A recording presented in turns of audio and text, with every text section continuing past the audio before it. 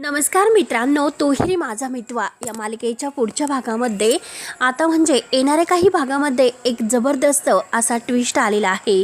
त्यामध्ये मात्र आता रमाकांत आपला जीव कसा वाचवतो आणि अर्णवच्या आणि ईश्वरीच्या गाडीमध्ये जाऊन तो आपला जीव कसा बसा वाचवितो। परंतु आता एका चेनमुळे, रमाकांतच्या चेनमुळे अर्णव आणि ईश्वरी समोर आता हे सत्य येणार आहे की रमाकांतच्या मागे गुंड लागलेली होती आणि ते गुंड मात्र रमाकांतला मारायला आली होती। हे सगळं काही मात्र आता तो हॉटेलवाला ईश्वरी आणि अर्णव यांना सांगणार आहे। तेव्हा कारण जेव्हा आता सात्विक फॅशनबद्दल रमाकांत त्या हॉटेलवाल्याकडे चौकशी करत असतो आणि त्याच सात्विक फॅशनचा हा मालक अर्णव राजशिर्के आज आपल्याच हॉटेलमध्ये आहे हे जेव्हा त्याला सत्य समजतं तेव्हा तो मात्र हॉटेलवाला घाबरतच अर्णव सरांना सर्व काही सांगतो। कारण येथे एक व्यक्ती अशी आली होती आणि ते तुमचे म्हणजे वडील असल्याचं सांगत होते। कारण ईश्वरी जेव्हा म्हणते की आता सात्विक फॅशनचा जो काही मालक आहे तो मात्र चक्क आज माझ्या म्हणजे इतकं पुढे करतो, इतकं सर्व काही माझं करतो आणि हे सर्व त्या हॉटेलवाल्या मालकाने ऐकलेलं असतं। आणि त्याच वेळेस मात्र आता तो मालक सगळं काही जे घडलेलं आहे तर ते सांगतो। कारण वल्लरी आणि आता हा उदयकांत तेथे काही त्यांना रमाकांत सापडत नाही म्हणून कसे बसे मात्र आता तेथून आता निघून गेलेले असतात। पण त्याच वेळेस आता त्यांना अर्णवची गाडी तेथे दिसते। अर्णवची गाडी दिसल्या क्षणी त्यांना धक्का बसतो की अर्णव ईश्वरी येथे काय करतात आणि येथे जर अर्णव ईश्वरीने आपल्याला जर बघितलं तर मात्र अवघड होईल। म्हणून मात्र आता तेथून ते जायला निघतात। पण आता काय करायचं, एकतर आपल्याला मात्र आता म्हणजे तो रमाकांत काही सापडलेला नाही आणि रमाकांत जर ईश्वरी आणि अर्णव या दोघांना जर सापडला तर मात्र आता आपलं काही खरं नाही। काय करायचं, एकतर आता रमाकांतने सगळं काही सांगितलं तर आपले सगळे काही प्लॅनचे 12 वाजतील। म्हणजे उदयकांत आणि वल्लरी एकमेकांना मिळालेले आहेत आणि तो सगळं काही आपलं सत्य उघड करेल। एकतर त्याच्याकडे व्हिडिओचे पुरावे आहेत आणि त्या पुराव्यामध्ये असं काहीतरी सत्य दडलेलं आहे की त्याने आता सगळं काही सत्य समोर येऊ शकतं। काही झालं तरी आता त्या रमाकांतला आपल्याला शोधावं लागेल।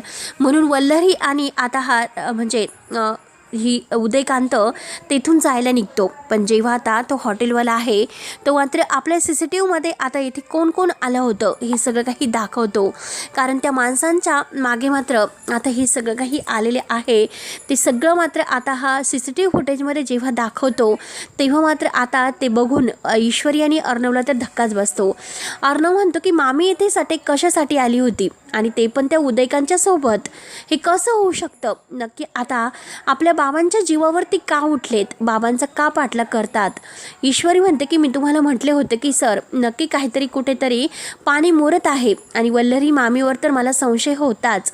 परंतु आता हे सगळं वल्लरी मामीला मी कसं विचारते तेच मला काही समजत नव्हतं। परंतु आज मात्र आपल्यासमोर जे सत्य आलेलं आहे, कारण जेव्हा तो हॉटेलवाला मात्र ती चेन देतो कारण त्या माणसाकडे पैसे नव्हते आणि त्याने ही चेन ठेवली आणि त्याच वेळेस त्या ईश्वरी मात्र ती चेन ओळखते ही चेन तर बाबांची आहे। पण बाबा कुठे गेले असतील, बाबांच्या जीवावर काही संकट तर आले नसेल ना। म्हणून ईश्वरीला बाबांची काळजी वाटते। ती गणपती बाप्पांना हात जोडते आणि गणपती बाप्पांना हात जोडून म्हणते की हे बघ गणपती बाप्पा, बाबांना काही आता कोणतंही विघ्न त्यांच्यावर येऊन देऊ नकोस आणि त्या विघ्नातून त्यांची अगदी सुरक्षा कर, त्यांना सुखरूप असून दे।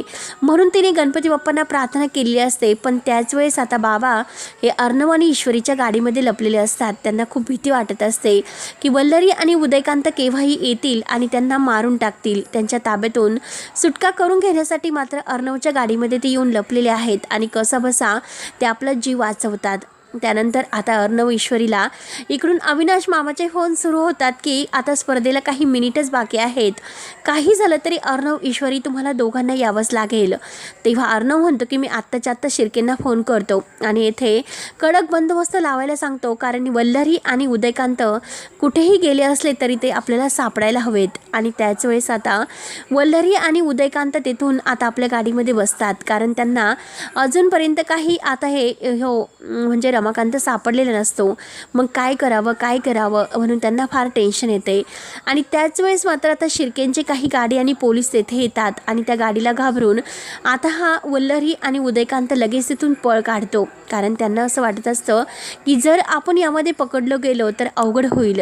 आणि आता इकडे रमाकांत आता काही झालं तरी गाडीमध्ये म्हणजे लपून बसलेला असतो.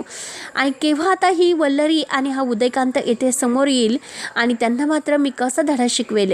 कारण आता तो गाडीत बसलेला असतो, परंतु अजूनपर्यंत त्याने काही गाडीत आता तो स्वतः बसलेला आहे दाखवलेलं नसतं. तो सुद्धा लपून बसलेला असतो. आणि आता मात्र हे जे काही अर्णव ईश्वरी आहे तर ते तिकडे आता म्हणजे जायला निघतात. कारण त्यांना स्पर्धेसाठी फार वेळ कमी असतो आणि काही झालं तरी ही स्पर्धा त्यांना जिंकायची असते. त्यासाठी त्यांची आता इतकी प्रॅक्टिससुद्धा होत नाही. पण देवकृपेने मात्र आज ह्या स्पर्धेमध्ये ते बाजी मारणार आहेत. कारण आता रमाकांत त्यांच्या गाडीमध्ये सुरक्षित आहे. वल्लरी आणि आता हा उदयकांत इकडे शोधून मात्र आता कंटाळून जातात की नक्की आता कुठे गेले असतील आणि हे सर्व नक्की काय झालं असेल. आता हा म्हणजे त्यांना भीतीच वाटते. कारण जर आता हे सगळं मात्र उदयकांतला आता भीती वाटत असते की ह्या रमाकांतने मात्र आता सर्व काही सांगितलं तर अवघड होईल. काय करावं कुणाला काहीच कळत नसतं की नक्की आता काय करायचं. तेव्हा लगेच आता उदयकांत वल्लरी फार टेन्शनमध्ये येतात. आता प्रत्येक ठिकाणी मात्र माणसं पाठवून ती रमाकांतला शोधण्याचा प्रयत्न करत असतात. पण आता वल्लरी म्हणते की तेथे मला आता एक शंका येते. आता हा रमाकांत नक्की लपला कुठे असेल आणि तो कुठल्याही बिळात जरी गेला तरीसुद्धा काही झालं तरी त्याला आपल्याला शोधून काढायचं आहे असे मात्र आता तो ठरवतो. त्यानंतर मात्र आता अर्णव आणि ईश्वरी मात्र स्पर्धेला जायला निघलेले असतात. ऐन वेळेस मात्र स्पर्धा सुरू होणार आहे आणि त्याच वेळेस आता स्पर्धा सुरू होणार असते आणि अर्णव ईश्वरी मात्र आता पासचे जे काही हे आहे पास घेऊन मात्र तिथे आलेले आहेत आणि त्यांनी पाससुद्धा मिळवलेला असतो.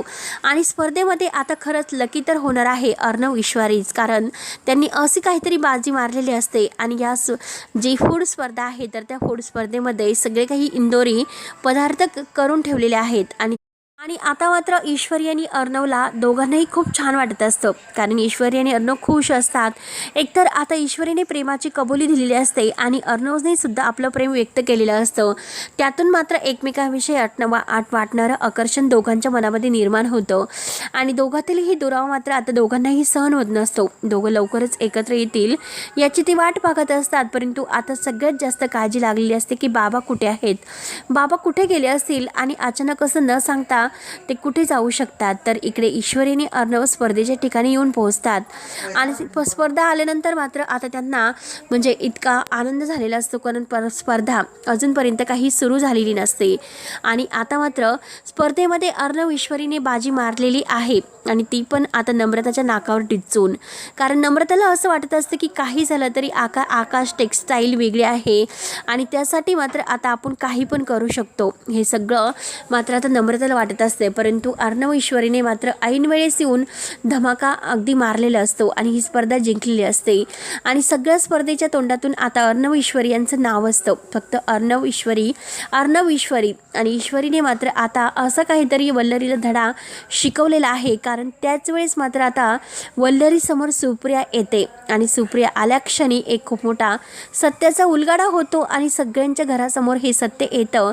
आणि शेवटी आता मात्र ही जी काही ईश्वरी आहे तर ईश्वरी मात्र आता हे सत्य बाहेर काढते. मामीने केलेल्या पापाचं मामीकडून वधून घेते की नक्की काय आहे. तेव्हा मात्र मित्रांनो अर्णव ईश्वरी यांचा स्पर्धेमध्ये विजय झालेला असतो. पण स्पर्धेचा विजय झाल्यानंतर आता समोर जे काही दृश्य आलेलं आहे तर ते बघून त्यांना धक्का बसलेला असतो.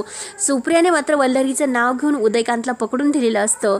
तेव्हा मित्रांनो आता पुढे नक्की काय होईल हे बघायला विसरू नका. तोपर्यंत मात्र मित्रांनो धन्यवाद. आणि तुहेरी माझा मित्वा चे डेली अपडेट्स पाहण्यासाठी लवकरच आपल्या चॅनलला नक्की सबस्क्राईब करा. तोपर्यंत धन्यवाद.